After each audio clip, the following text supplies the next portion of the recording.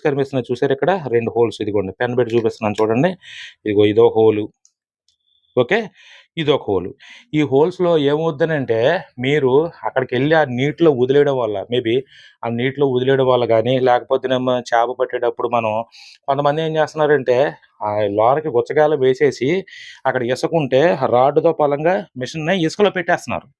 ఇసుకలో పెట్టేస్తున్నారు. చేప పడినప్పుడు తీస్తున్నారు. మళ్ళీ ఆడించుకుంటున్నారు. మళ్ళీ అక్కడ పెట్టేస్తున్నారు. ఈ పెట్టి తీయడం క్రమంలోను ఏమవుద్దనంటే ఇగో ఈ హోల్స్‌లో నుంచి అతి సున్నితమైన మట్టి, తర్వాతనేమో ఏదన్నా సరే బంద గాని, మట్టి గాని, దుమ్ము, ధూళి కానీ మొత్తం అన్నీ లోనకెళ్ళిపోతాయి. ఎక్కడికెళ్ళిపోతాయి? ఇప్పుడు ఓపెన్ చేసి చూపిస్తాను చూడండి ఇది గూడాను.